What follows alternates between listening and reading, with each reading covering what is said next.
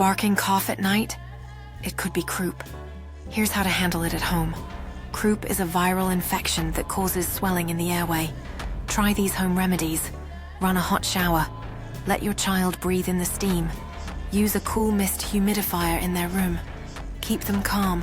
Crying makes symptoms worse. Give warm fluids to soothe the throat. Most cases improve at home, but if breathing worsens, don't wait. See a doctor.